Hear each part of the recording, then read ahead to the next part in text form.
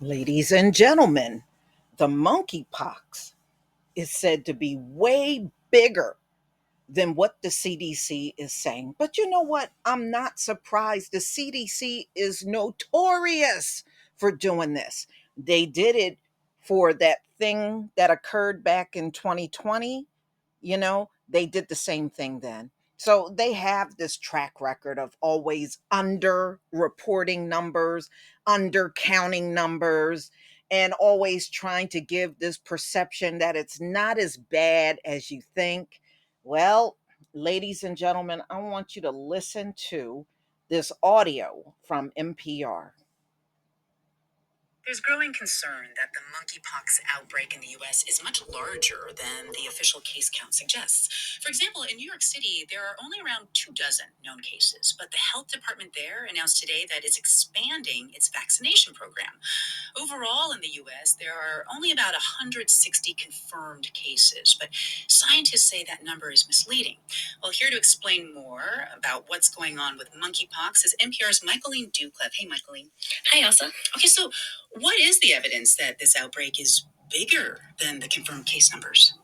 Yeah, so for many of the confirmed cases, health officials don't know how the person caught monkeypox. They haven't traveled or come into contact with another infected person.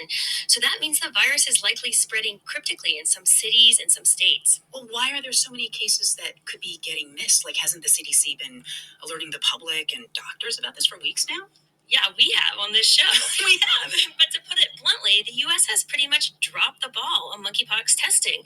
I was talking to Caletso Makafani about this. He's an epidemiologist at Harvard University. He says the testing situation right now is abysmal. And he went on to tell me about a person he knows who started having symptoms of monkeypox last week.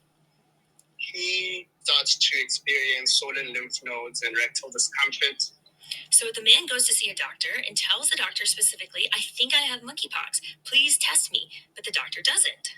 Pain worsens so bad that it interferes with his sleep. So this past Sunday, he goes to a big academic hospital, the emergency room in New York. And again, the man tells doctors, please test me for monkeypox. At this point, the man has a lesion, which is another key sign. This time though, the doctors, including an infectious disease specialist, tell the man he might have colon cancer. Oh my God, really? Yeah, Magafani says this person is a scientist and has, really access to the best doctors in the world and the best medical knowledge out there. And if he can't get a test, then really who can? Yeah. Eventually, this man does actually, though, reach out to an activist and a doctor working to increase testing access, and then he finally gets a monkeypox test after seeing more than 4 doctors. Jeez, and the results of that test? Yeah, he was positive. Makafani is working directly with federal health officials on this outbreak, and he actually launched his own study to try to figure out how common scenarios like this are in the U.S. right now. So, do researchers know what's keeping doctors from ordering tests? So right now there seem to be 2 big problems. First, many doctors and nurses don't actually know what monkeypox looks like in the clinic. It's different than what it looks like in medical textbooks. And public health agencies haven't gotten that message across about what to be on the lookout for. Second, the current testing system that the CDC has set up makes it very difficult for doctors to order tests. I was talking to Jennifer Nuzzo about this. She's an epidemiologist at Brown University. She says providers have to go out of their way to order a test. The process is cumbersome and time consuming, and sometimes they have to sit on the phone for hours. We need to make it as easy as possible for clinicians to send specimens to the laboratories. Time is not on our side here. Every day delay, we are missing links in the transmission chain and allowing this outbreak to grow, possibly beyond control. Which means monkeypox could become a permanent problem in the U.S. So what is the CDC doing to fix these problems?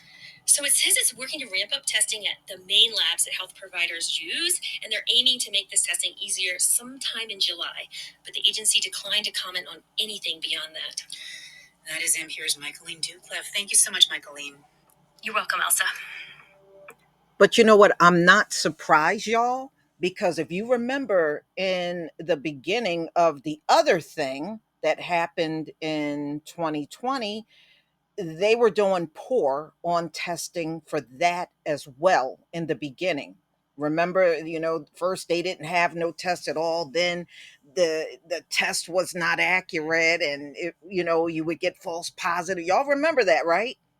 So they said the US is doing very poorly in testing for monkeypox, which I am not surprised, which tells me this thing is going to spiral out of control. It is. You got people that don't even want to test you. They are misdiagnosing you. And look, this dude had to go to four different doctors before he was even tested. That's crazy. And if you're in that much pain, there's a lot of people that may not have the energy to go around to multiple doctors until they find somebody that actually care enough to test you. But this is America for you, fudging numbers, downplaying stuff, acting like it's not a problem when it really is. And I don't believe that 160 cases stuff. I don't believe nothing these folks say, for real. I don't believe nothing they say. So the case that you were hearing about happened to be in New York. So they're saying that the cases in America are very misleading. And if you're not testing, then how do you know how many people got it? How do you know that 160 is even accurate and you're not really testing people? Wow. Is it really that hard, America? You would think you would have learned a lesson from the other thing that you never got under control. You can see no lessons were learned. None. So now you got another situation that will more than likely spiral out of control here. I tell you, we got the wrong people in charge, y'all, and there's no other way around it. We got people, see, as long as there's accolades and pats on the back, they are there. But when something is wrong, oh man, they know how to distance themselves when something's wrong and they don't want to deal with it or take the blame for it. So, and now there are many cases and they're not even being confirmed. And the person that first shows signs of the infection never even traveled outside of the US. You know what that tells me? It was probably here for a while, a lot longer than when they start saying it was here. It had to be here longer. It had to. And so, why are so few cases detected? Testing. In many ways, the US has dropped the ball on testing for monkeypox. Across the nation, public health agencies are running too few tests, way too few. Mm, mm, mm. So, how do you catch it? You can't.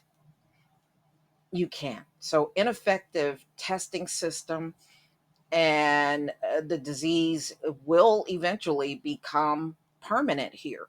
And I believe it will, especially if they're so lackadaisical on even getting to the root cause of this whole thing. How did somebody that never traveled outside of the US even got this in the first place? And how many people did they come in contact with? And so on and so forth.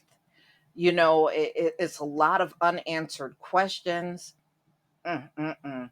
It should be a running joke trying to get answers from the same people that dropped the ball in 2020 or the same ones dealing with this. And you see they fell flat in 2020 and they're falling flat right now.